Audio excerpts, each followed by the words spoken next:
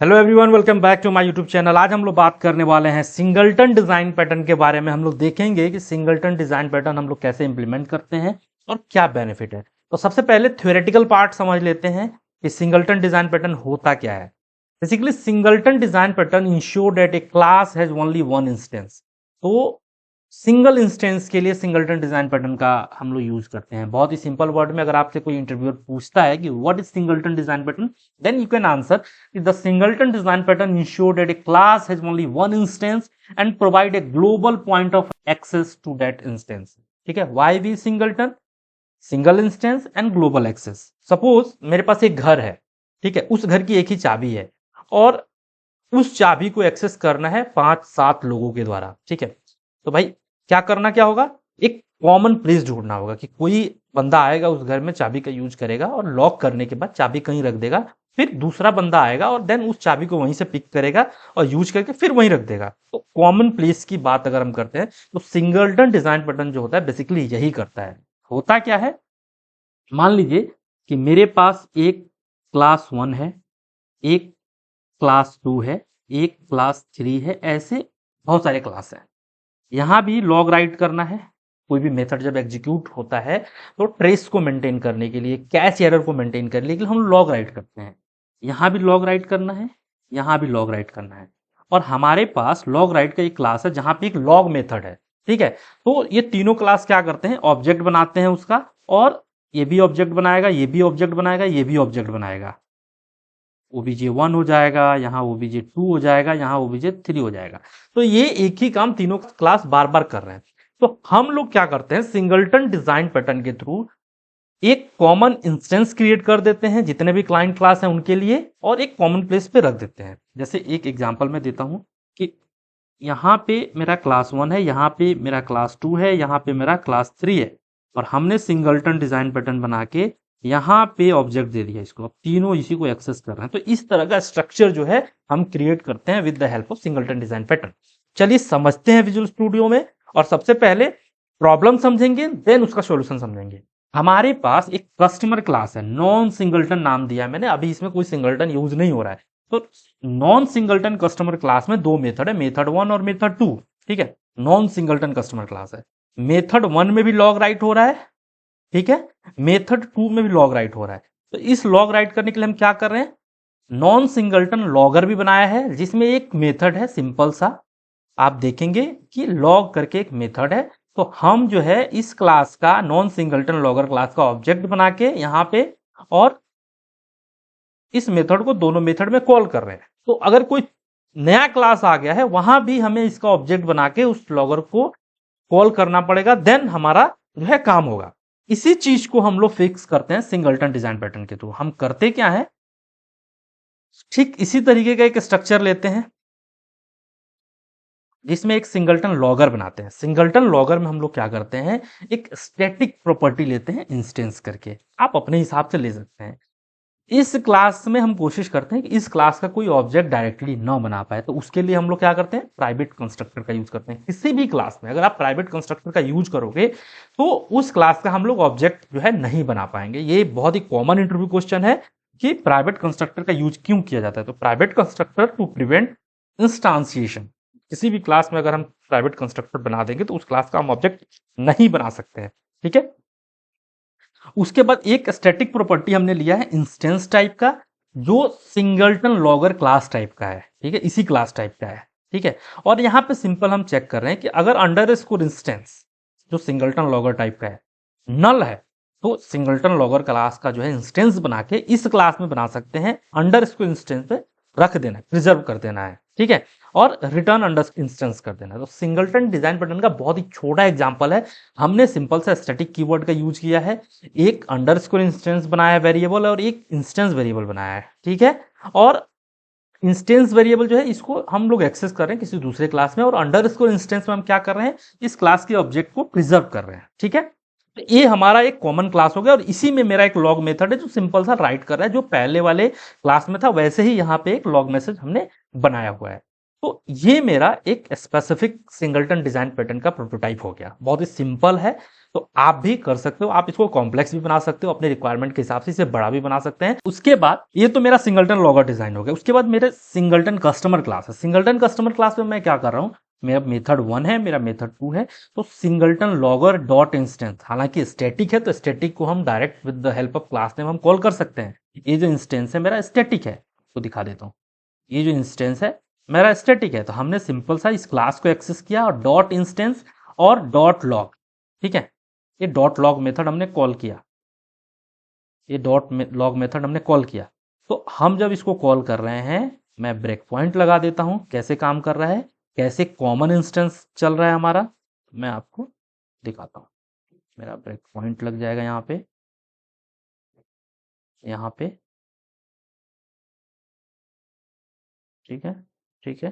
Programme में चलते हैं, इसको जो है कट करते हैं और अपना जो एग्जांपल है सिंगलटन डिजाइन पैटर्न वाला, उसको लेके आना, ठीक है। ये है मेरा एग्जांपल, कंट्रोल एक्स करते हैं, इसको टॉप पे ले चलते हैं, ठीक है, इसको अनकमेंट करते हैं, F10, F11 करते हैं, F11 करते हैं, यस करते हैं, यहाँ गए। तो हमारा जो इंस्टेंस है, देखिए यहाँ पे इंस्टेंस जो है अभी नल है, ठीक है, ठीक है, यहाँ इंस्टेंस नल है, ठीक है। F10 करते हैं, इंस्टेंस नल है, F10 करते हैं, अब ये इंस्टेंस बनाएगा, ठीक है, इंस्टेंस बना दिया। F10 करते हैं, F10 करते हैं, इंस्टेंस बना दिया, ठीक है। F10 करते हैं, अब ये इंस्टेंस जो है रिटर्न करेगा, F10, ठीक है। F10 करते हैं, F10 करते हैं, ठीक है, इस मेथड में आया, F10 करते हैं, ठीक है, मेथड एग्जीक्यूट हो गया। फिर दूसरे मेथड में आएगा, F11 करते हैं, F11 करते हैं, F11 करते हैं, इस करते हैं। अभी इंस्टेंस देखिए, इसमें ऑलरेडी इंस्टेंस है, देख रहे हैं। F10 करते हैं, अगर नल हुआ तो अंदर आएगा, नल नहीं है क्योंकि ऑलरेडी इंस्टेंस जो है बन चुका है। अब यही रिटर्न कर देगा, दोबारा से ऑब्जेक्ट नहीं बनाएगा, ठीक है। अब ये मैसेज आ गया, ठीक है। F10 करते हैं, अब इसको कंटिन्यू कर देते हैं, हमारा कमांड एग्जीक्यूट हो गया। तो बेसिकली सिंगलटन डिजाइन पैटर्न क्या है कि एक ही इंस्टेंस क्रिएट करता है आपके जितने क्लाइंट क्लास हैं उनके लिए। इससे सबसे बड़ी चीज होती है कि जो गार्बेज कलेक्टर है उसको ज्यादा लोड नहीं पड़ता है, मतलब अनवांटेड क्लास का ऑब्जेक्ट हम नहीं बनाते हैं, तो memory allocation, memory management, garbage collector का काम बहुत ही आसानी तरीके से मैनेज होता है, ठीक है। तो ये हमारा सिंगलटन डिजाइन पैटर्न है, ऐसे काम करता है। अभी तक हम लोग अपना कोड लिख रहे थे सिंगलटन डिजाइन पैटर्न के लिए, ठीक है। हम लोग बनी बनाई लाइब्रेरी भी यूज कर सकते हैं जो माइक्रोसॉफ्ट एक्सटेंशन के अंदर होती है। तो मैं ये जो कोड है अपना कमेंट कर देता हूं और एक प्री डिफाइंड लाइब्रेरी को यूज करके आपको दिखाता हूं कि उसको कैसे यूज कर सकते हैं। हमारे पास एक लाइब्रेरी है माइक्रोसॉफ्ट एक्सटेंशन डॉट लॉगिन करके, जिसको न्यूगेट पैकेज में जाके हमको डाउनलोड करना होता है। उसके लिए आपको कुछ नहीं, टूल्स में जाना होता है, न्यूगेट पैकेज मैनेजर में जाके, और यहाँ पे न्यूगेट पैकेज मैनेजर में वो लाइब्रेरी डाउनलोड करना होता है। अगर कोई लाइब्रेरी ऑलरेडी इंस्टॉल्ड है तो इंस्टॉल्ड सेक्शन में आता है, ठीक है, और अगर नहीं इंस्टॉल्ड है तो ब्राउज में जाके यहाँ सर्च करके इस तरीके से इंस्टॉल कर सकते हैं, ठीक है। तो हम लोग क्या करते हैं, एक बनी बनाई लाइब्रेरी यूज करने वाले हैं, जिसके लिए ये कोड मैंने लिख लिया है, और उस लाइब्रेरी का नाम है माइक्रोसॉफ्ट एक्सटेंशन डॉट लॉगिन। इसमें हम लोग सिंपल सा जो लॉगर मेथड है उसका यूज करने वाले हैं। तो उसके लिए हमने एक कस्टमर क्लास बना दिया है, उस कस्टमर क्लास में हम लोग लॉगर जो है एक प्रॉपर्टी यूज कर रहे हैं। इस लॉगर प्रॉपर्टी को हम लोग इंस्टांसिएट कर रहे हैं कस्टमर क्लास के कंस्ट्रक्टर के थ्रू, और मेथड 1 और मेथड 2 में वही लॉगर प्रॉपर्टी यूज करके हम लोग लॉग इन्फॉर्मेशन राइट कर रहे हैं, ठीक है। तो इसके लिए जो बेसिक सेटिंग्स है, हम लोग क्या करते हैं कि logger factory dot create, logger factory एक क्लास है हमारा, अगर इम्प्लीमेंटेशन आप देखोगे ना तो उसी लाइब्रेरी का एक क्लास है, ठीक है। ये पब्लिक क्लास लॉगर फैक्ट्री जो कि एक्सटेंशन लॉगिन के अंदर आता है। तो लॉगर फैक्ट्री क्लास के अंदर हमारा एक जो क्रिएट मेथड है उसके अंदर हमको बताना होता है कि हम किस तरह का लॉग राइट करने वाले हैं।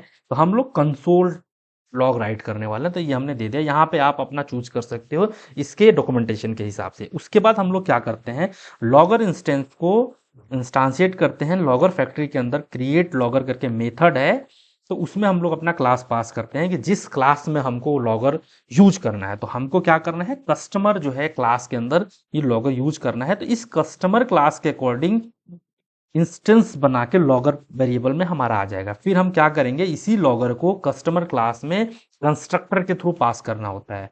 कंस्ट्रक्टर के थ्रू जब पास करेंगे तो आप देखिए कस्टमर के अंदर कंस्ट्रक्टर के थ्रू लॉगर पास करेंगे आप, तो इसको हम लोग स्टोर करके रखते हैं दिस डॉट लॉगर, और इसी लॉगर को हम लोग मेथड 1 के अंदर यूज करते हैं। तो ये काम करने के बाद हम मेथड 1 और मेथड 2 को कॉल करते हैं।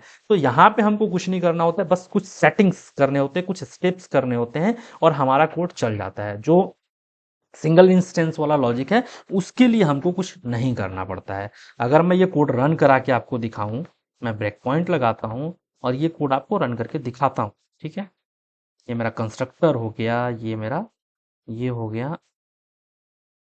ठीक है। अब मैं इसको रन करता हूँ प्रोग्राम से, ठीक है। तो यहाँ पे आप देखिए F10 करते हैं तो लॉगर फैक्ट्री में वो सिंपल सेटिंग्स आ जाता है, ठीक है, कि हम लोग कंसोल करने वाले हैं। उसके बाद जब F10 करेंगे तो इस लॉगर में आप देखिए क्या आया, singleton design pattern dot customer, किस क्लास के लिए हम लोग क्या करने वाले हैं ये इंफॉर्मेशन यहाँ पे आएगा, ठीक है। सिंगलटन क्लास डॉट पैटर्न, ठीक है। प्रोवाइडर्स में अगर आप देखोगे तो कंसोल, हमने कंसोल चूज किया था, ठीक है। उसके बाद और भी इंफॉर्मेशन अगर आप देखना चाहो तो इसके अंदर और भी इंफॉर्मेशन मिलेंगे। उसके बाद कस्टमर क्लास का कंस्ट्रक्टर कॉल होगा, F11 करते हैं तो यहाँ कंस्ट्रक्टर में आ जाएंगे, और इसको F10 करते हैं तो आप दिस डॉट लॉगर में हमारा जो है ऑब्जेक्ट आ जाएगा, ठीक है। फिर F10 करते हैं, फिर F11 करते हैं, ठीक है। F11 करेंगे तो ये लॉगर जो है लॉगर डॉट लॉग इन्फॉर्मेशन ये राइट कर देगा, ठीक है। ठीक उसी तरीके से F10 करते हैं, मेथड 2 पे जाएगा। यहाँ भी कोई नया ऑब्जेक्ट नहीं बन रहा है, एक बार हमने कंस्ट्रक्टर कॉल किया और हमने ऑब्जेक्ट को इंस्टांशिएट किया और हमारा ऑब्जेक्ट बन गया। तो ये प्री डिफाइंड लाइब्रेरी था, बनी बनाई लाइब्रेरी का यूज करके हम लोग कर रहे थे। तो आपको मैंने ये भी दिखाया कि सिंगलटन डिजाइन पैटर्न का अगर हम लोग यूज नहीं करते हैं तो किस लेवल की कोडिंग हमें करनी पड़ती है, अगर अपना सिंगलटन डिजाइन पैटर्न अगर हम बनाते हैं तो हमें किस लेवल की कोडिंग करनी पड़ती है और हमको किस तरीके से कोड लिखना होता है, और अगर आप किसी डीएलएल को किसी लाइब्रेरी को यूज करते हो तो किस तरीके से सेटिंग अप करना होता है। मुझे उम्मीद है कि सिंगलटन डिजाइन पैटर्न आपको समझ में आ गया होगा। इस कोड का रिपोजिटरी चाहिए तो डिस्क्रिप्शन में जाइए, डिस्क्रिप्शन में गिट यूआरएल है, वहां से डाउनलोड कर सकते हैं, और अपना फीडबैक जो है कमेंट बॉक्स के माध्यम से जरूर बताइएगा। अगर आपने मेरे यूट्यूब चैनल को सब्सक्राइब नहीं किया है तो सब्सक्राइब कर लीजिए, वीडियो को शेयर कर लीजिए, लाइक कर लीजिए। Thank you.